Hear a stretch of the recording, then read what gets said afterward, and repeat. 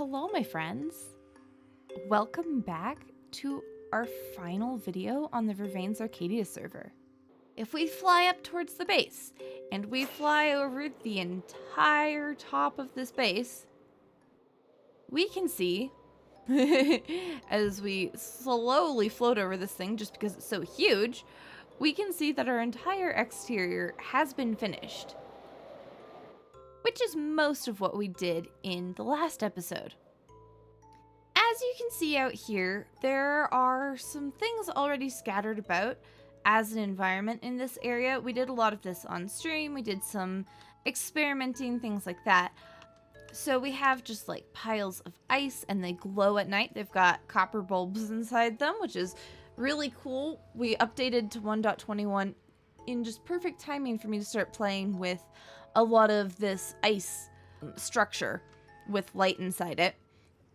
It's fantastic. I love it. We have things like this little tiny tree here, which I think was a good start, but we definitely need to update some things from that. And yeah, I wanna add a little bit more into this area, into the back area, add just a little bit more of this type of environment kind of thing. And then we have a really cool plan for behind me that I'm really excited about. But we'll get there in a little bit. Let's start with just like focusing on these small details. This is our box of decorating goodies. So the portals are now going to be the end of the line here. This is where you enter, this is where you exit. I had some thoughts for things down the hill, but at this point, I don't think I'm gonna do that anymore. So this area, like this bridge is a little bit floating, and it was floating all the way down to the bottom where it was supposed to be a little more connected to the ground, right? We don't have that path anymore. This is the end. So this does need to be like fully connected to the ground. So we do need to do a tiny bit of terraforming. This is the other reason we're doing a lot of exterior environment stuff today, because there's just random stuff like this sitting around, and I don't know why. How does this look? That looks a lot more connected to the ground. I will take that. This snow situation and all of that looks a lot better now, which is excellent. That's what we want to see. So now we can start adding little bits. First, I think I want to take a slightly closer look at this tree. I don't like the roots at the bottom. I think that's what sucks about this one to me. That's what I don't like. Like, I like the idea that was there. I like that concept, but it did not execute well. There we go. That looks a little more tree-like already. So we will take that. I should add another tree kind of over here, I think. Maybe like right here. And one of the things that I want to add to these trees is a little bit of frost. When we stick them about, they can kind of start looking like frosty leaves, you know? I don't want a ton. I want the idea that these trees are kind of like dead, slowly dying. They don't have like a ton of leaves left anymore, but like there's a little bit of leaves, there's a little bit of stickage, and they're a little bit frosty from that. Oh yeah, see, that's a tree. That's a little dead tree. I like it. You can tell I've definitely gotten better at building trees, especially little dead trees. Yeah, so if I throw a couple more up like the hillsides, and then start bringing in some more of these like ice chunks, then we can go around and let's put some of these back, stick in a few things like some dead coral. If we put a little piece there, it doesn't work amazingly because there's something weird about my snow visuals that I should probably go update because this is getting ridiculous. Alright, there we go. I have finally got this situation fixed, which, wait, maybe? Not entirely. Okay. This is interesting. Let's try that. Okay, not like that though. Put one there. Okay, fine. Whatever. At least the snow blocks aren't like, they're not covering full things anymore. But yeah, we put just a couple of like little pieces of dead bush around.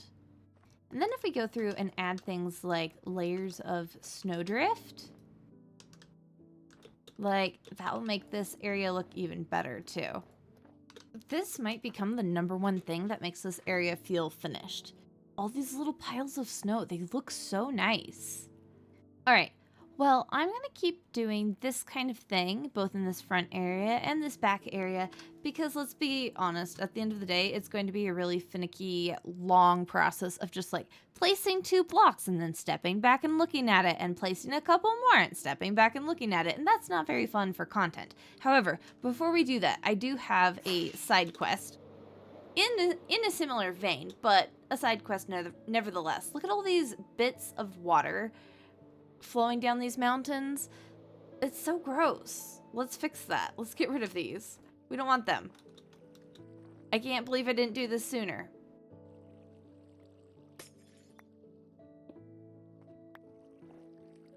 I don't mind that one tiny little bit of water. It's kind of cool, actually. I'm going to check around the backside of these mountains, too, though they're not quite as important, but oh, yeah, let's get rid of these. Then we find this one, which is also stone, but I don't care. I'm just going to stick a snow block there. Anything else? Nope, just a horse. Little mountain climber, are ya? That honestly helps this area so much. Is this its own thing of water? I think it is. Okay, we will get rid of that. No water.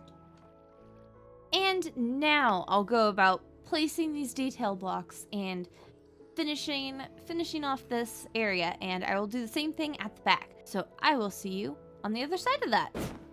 All right, well, we have done some work around here.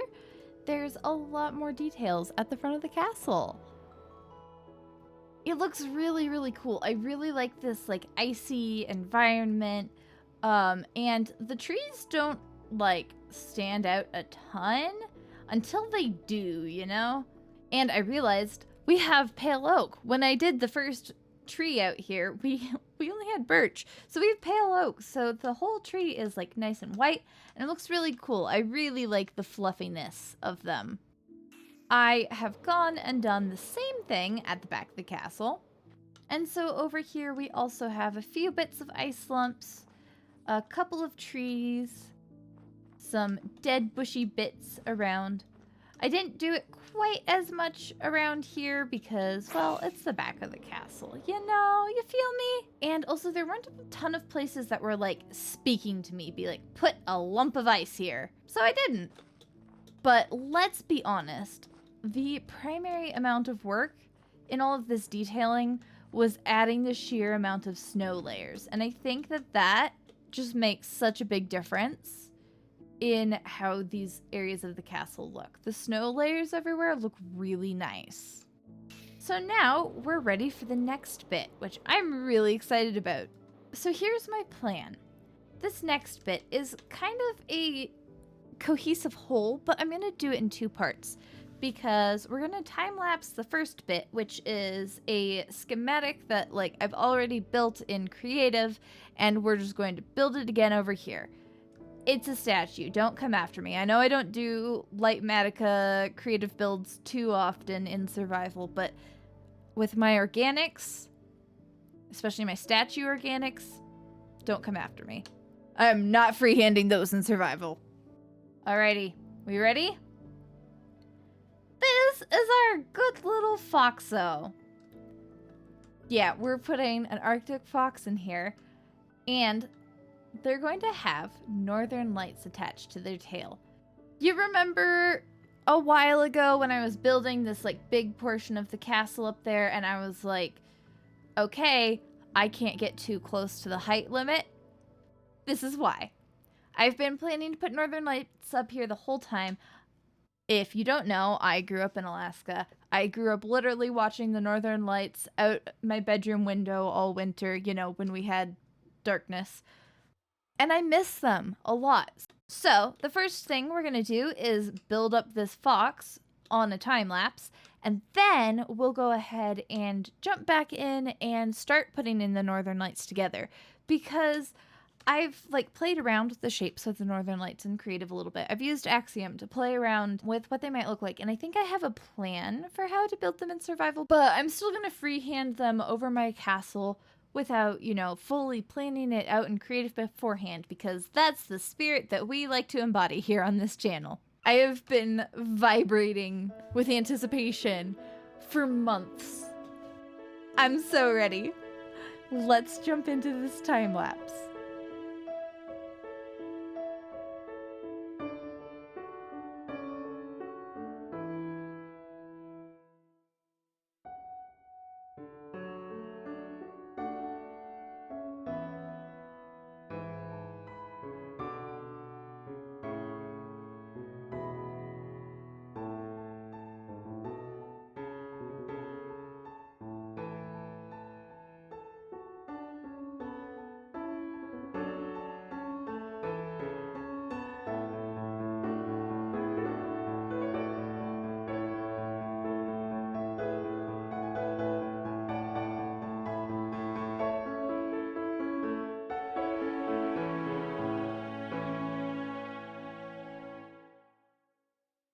Oh my gosh, look at that goodest boy! I love him so much! I'm so happy that he's in my world. So, a couple of things. One, I kind of forgot about the whole fact that I was going to need to light this area up underneath because, yeah, there's a lot of things spawning under there. Second, I do want to put in some like paw prints of just like glowing light going down the mountain. I will put that in at some point because we got to get going on our next objective. But I want to slightly adjust this paw so that it is sitting a little bit better on the mountain. Actually, I think what I'm going to do is I'm going to bring the terrain up to meet our little friend's foot. Let's take a little look at that. Oh yeah, that looks a lot more solid. Let's make sure that front side is not quite so awkward. There we go. That looks a lot more natural, and it looks more like he's actually standing on a surface. Okay, with that little detail ironed out, it's time to get us some northern lights. So now we have 8 shulkers of glass, and we have to dye them all a bunch of different colors. So the primary color is going to be green. Because in the area of the world that I'm from, that's the primary color that our northern lights are. This like bright lime green is basically the color that we're going to go with. We're going to add bits of red, or more accurately magenta and pink. So what I'm kind of thinking is most of these boxes, and the bottom is usually a little bit of white. So I'm thinking if we take these 2 boxes, if we can kind of look at it almost like it's laid out as northern lights. I might need a couple more boxes worth of green, but if we do like 2 boxes of white and then a box of magenta and a box of pink and then these 4 boxes of white, I think that is a good place for us to start. And there we go. We are all set to start our northern lights. I love organization. I should use it more. So now that we have our junk material, basically what I'm planning to do is I am planning to build the base of a couple of ribbons attached to this little foxtail. And then once I have that, we can really start building them up from there. We jump back, we look at it, we go, okay, cool. That's a nice little bit of shape. Now let's add some real shapey shape to this. For example, my goal is to get the bottom of these northern lights kind of up above this tallest tower here. And then we will be taking them all the way up to world height, which we are currently at 250, which means we have about 70 blocks of height that we can work with here still, which is pretty darn cool, actually. And this is where our next super important set of materials comes in, because these are, after all, northern lights, and you can't really have northern lights if there's not light involved. And this is why we're going to do 3 wide lights, actually. Because what we're going to do next is we're going to go through, and on the middle piece of most of these sections, we're going to start adding end rods. And this section is probably going to end up being a lot taller than it is right this second, but we're experimenting. I've done a little bit of experimenting with this in creative, but this is kind of just us laying things down and evaluating as we go. Let's step back and look at that. Ooh. Oh, that looks pretty cool. Obviously, the green bit needs to be a lot taller at this point. Whew! I'm going to take a lot of fall damage in this project. I can tell already. All right, let's back off and look at that really quick. Oh, yeah. Oh, yeah. I think we're starting to find the ticket. And it's going to help that we're going to have another layer of glass behind this too. I'm probably going to mix in a lot of glass panes and all of this. And then, of course, the second layer of glass, there's going to be other, like, transparent blocks between some of these. It's going to be a whole process, but I think that this gives you guys a good look into kind of the start of this process. And I'm really excited to just go absolute ham. I am definitely going to need way more than these 8 shulkers of glass, though. Let's be so for real. But that is a problem for me to worry about, while you guys just sit back and enjoy this time lapse. I'm sure there's going to be things that kind of change and tweak as I go. So we will come back and we'll finish like talking about, you know, how this process goes. But for now, I will see you on the other side of this time lapse. Let's go!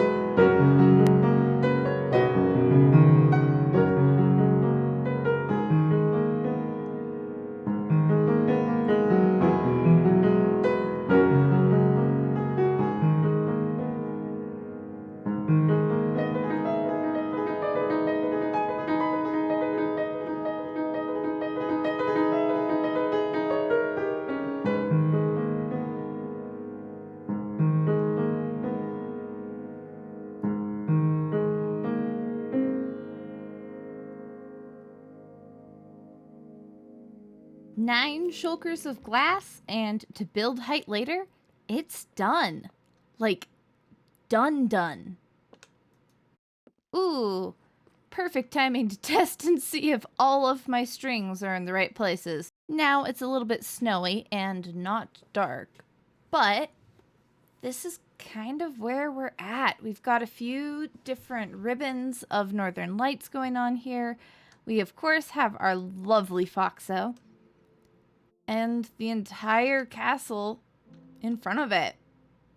Now, this base from the beginning has been very inspired by like the fairy tales of Alaska, which were some of my favorite parts of growing up there. And honestly, I feel like this really captured that whole feeling for me. Like once it started really coming together, it was like, oh yeah, this is the vibes we were going for. Now, the inspiration for this base started in just like Alaskan fairy tale kinds of vibes.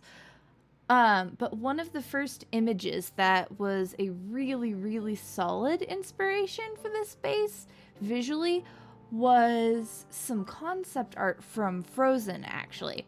It's absolutely gorgeous and includes a lot of these onion dome type shapes. And if we stick the image up on the screen, let's cover little Foxo face with it for a second. You can really see like how a lot of the shapes really influenced what I built here. And I don't know, I think for how early in my Minecraft journey I started this build, it was captured really, really well. Now, I did have a lot of pieces of inspiration that were like darker, moodier, ice castle kinds of vibes, and we didn't quite go fully all the way there, which is fine. I think it worked out really well the way it is, but I definitely want to build another icy castle like this, but a little bit darker, a little bit more dark fantasy. Somewhere in the future. That would be really cool. But I feel like I've learned so much on this Megabase, and just really kind of come into my own as a builder a little bit. And I'm really excited, like, as this era of my Minecraft days comes to an end, I'm really excited to, like, see what is next. Now, not only have we finished up the exteriors of this base, but on stream the other day, we did a couple more of the interiors that are left up here in our living quarters area. So we did a couple of rooms on stream last night, and the first one was suggested by Sugar Red Rat and is kind of an adventurer or survivalist room. They've got some trinkets around and are, you know, have these maps, that kind of thing. They've got lots of gear. And yeah, I really enjoy just all the little things that they've picked up on their travels, and there's a lot of, like, small valuable things. We made up the lore that, like, oh, they have a couple of dead plants in the room because they wanted plants, and then realized that, oh, they kind of die if they're left alone for long periods of time. The fish is alive because of magic, I guess, but they realized the cactus would stay alive, which is nice, and then picked up this pot and was like, you know what, I'm not even gonna bother. Yeah, so that's that room. And then over here, this was a really interesting and very different one from all the other rooms that we've done. This is a shapeshifter room, and it's a little weird. It's got a bunch of random stuff in it, right? And it's not, like, super full. But here's the lore on this one. So, I'm a Star Trek enjoyer, love Deep Space Nine. There's a character in there who's a shapeshifter, and he fills his room with just things of different shapes that he can try shapeshifting into. So that's the route that we took with this one. You know, we've got places for him to sleep. We've got a pot if he really wants to turn into liquid and sleep in there. We've got a loot kind of thing, I guess. Just lots of different shapes. This one was really fun to come up with. We probably spent the most time on this. It was very, very cool. Sometimes he'll turn into a painting and just, like, hang on the wall. And then when people notice he's not around, they'll come looking for him, and they'll come into his room and they'll be like, oh, there's nothing here. So that's kind of the lore of that room. And of course we have our supply closet there. And then this last room, which I worked on just now and have just finished up because we didn't get to it on stream, which is fine. And this is a mermaid's room, or somebody who's part mermaid, so she sleeps in the tub, and is also an enchanter. So this is very full of enchanty things and oceany things, and was a very fun little thing to work on. I did this with my lovely friend Pearl because I've been busy, so we were like, let's decorate together. That is all of the rooms in this area. If you haven't seen the other rooms, well, there's a video for that one. The last one we did here, we worked on these rooms, so I will link that up in the corner. But you might notice that that's not quite all of the rooms that exist. There's this room here, and that is your room, because I'm going to make a world download of this base. I don't think it's going to be quite ready to come out with the video. I think it's going to be a little more complicated, and I need to get the video out for reasons. But when that world download comes out, you can rummage around my base and find random things to decorate it with if you want to. So with those interiors done, that is literally every piece of building that needs to be done in this base. Speaking of what's next, I had a little project that I just kind of mocked up in creative and then built over here in between finishing up the exterior of the base and working on the Northern Lights. It is a shop in the shopping district, and don't mind the giant statue there. I seem to have inspired other people in the area to also add their own statues after building that lovely lady over there. I'm obsessed. This corner of the shopping district is becoming the statue corner, but it's also becoming the Dee's favorite builds corner because this lovely thing was what I built as just like my creative project in between times. It's a creative banner shop, so I like to, in my downtime, just play with different banner patterns, and like very few, if any of these patterns are made up by me. You know, different designs that I find on Planet Minecraft or whatever. But there's also a little workshop up here where people can buy plain color banners and build them with the looms and all that good stuff. Yes, I did farm all of those bee nests. It was a lot of work, but they can borrow banner patterns because mainly I didn't want to, you know, make and sell a bunch of thing banner patterns because that's expensive. Yeah, I'm just a really big fan of this build. And here's the thing. Getting to the end of this series, which is the first series that I've actually like fully finished off, had an actual ending to, is very much a step forward in my Minecraft journey. And in that same vein, I have had a skin change. Yeah, let me show this to you. I have been waiting to show off this skin to you guys for probably months now, actually. So the skin that has up until this point been my default skin was, you know, made fairly early on by me in my Minecraft days. Not as early as the original skin. That was something else. But it never really felt like me. Like, I am queer, and it felt very straight. It felt very plain in a way that I don't really work with well. And so now we have this gorgeous skin, which I did not make on my own.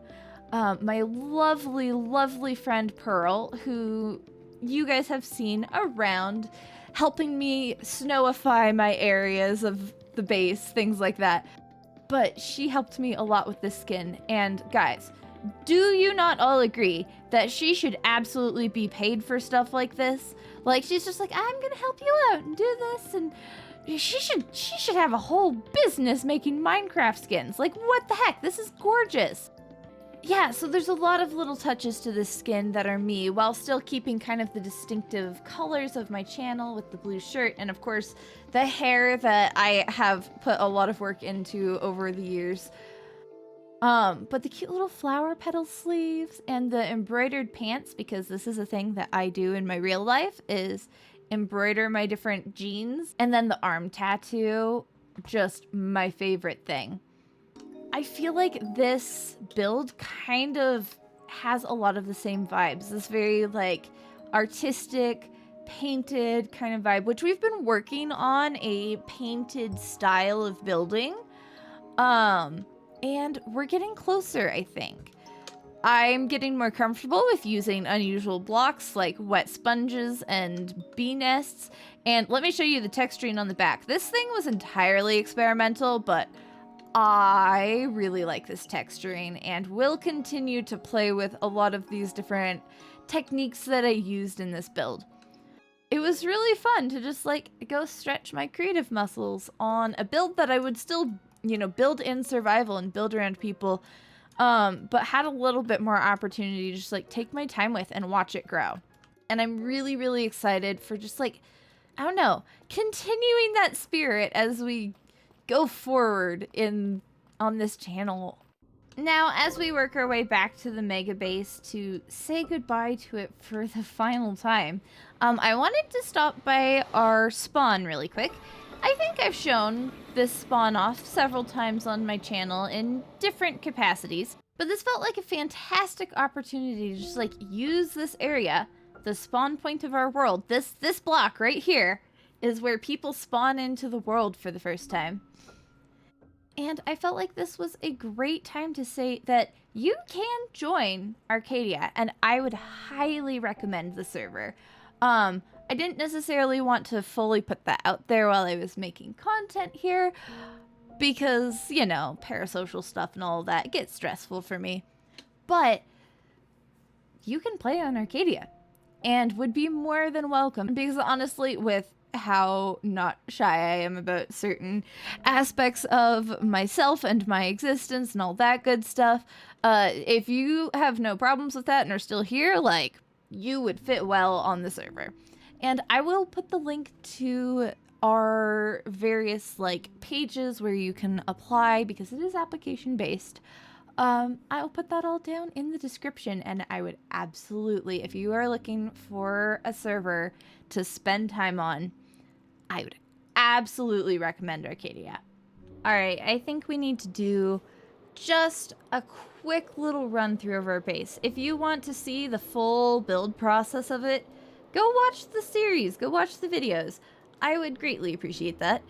But we're going to take a nice little nostalgic run through of the space and just take a look at how far it's come. So, when I first discovered these mountains, I wasn't recording, but I approached it from this direction. And so we're just gonna approach from this direction now, for fun. Like, look at those mountains load in. It was honestly a jaw-dropping experience within Minecraft. And look at this, it's so good. It fits so perfectly in the mountains. I really love it. We, of course, have our entrance. We run up through the long old staircase and immediately are greeted by our Great Hall, which was an impressive mining endeavor and was also one of the first things that we actually, like, built, other than the front facade. And we built the staircase. We might have done the staircases first, I think. But this is where we kind of enter the caves under the castle. Yeah, all that stuff that's built up top, it's all decoration. This is where all the function is. So we have this cave, which has a lot of our different functionalities, workstations, stuff like that. You know, lava farm over there, banner stuff, my smelter. And then, of course, we have the heart and soul of the base, as I always say, which is the storage room. And this is where we spend all of our time. And we run through, of course, we have the living quarters on the one side that we've already done. This foyer, which I don't talk about enough. It's fantastic, I love it. And our library, which is one of the more recent additions as well, with our friendly librarian, Marion. Then we can come down into our Grand Mage's chambers slash offices. Like, he doesn't just sleep here, he lives and works here. But Lord Fishy, last of his kind, last of his name, I think. Lord Fishy, last of his name, is still sitting here happy. And then if we pop ourselves back down into the storage room, we can continue down into the depths of the caves, because this base goes all the way down to the ancient city. There's a little bit of functional area in between, which, you know, fine, I suppose. We've got a sniffer area. We've got some farms tucked back there. And then we make our way all the way down into the ancient city. This place, definitely one of my favorite spots. Definitely one of the more unique spots in this base, I think. And yeah, you heard correctly, we do have a warden in here. I'm just still kind of blown away by the fact that I've completed a Minecraft project. Like, it's been so long since I started playing Minecraft, and yet not that long at all. And this is the kind of thing that we've already pulled off. I'm so excited to see just like where things go from here. And while I enjoy what I'm doing and sharing it here on the internet, helps motivate me to keep getting better at this whole Minecraft thing. I genuinely probably wouldn't have gotten this far without all of your support. And so I just wanted to also say thank you to everybody who's been on this journey with me, whether you've been here for the whole time, because I know there's a couple of you out there who have been, or if you are a newer friend around here. Thank you so much. And a special, special thank you to my Patreon people. You guys are amazing. And like I've said it before, and I'm going to say it again, the fact that you guys came in and were like, you know what, I like this person and I want to support what they're doing enough to give them money, like, that's a huge deal and is very validating that I'm doing something right. And I appreciate that very, very much. So thank you guys especially. And their names should be on the screen. Get on that editing, D. And now it's time to say goodbye. at least for you guys. I wonder where you'll see me next. Stay tuned, and bye!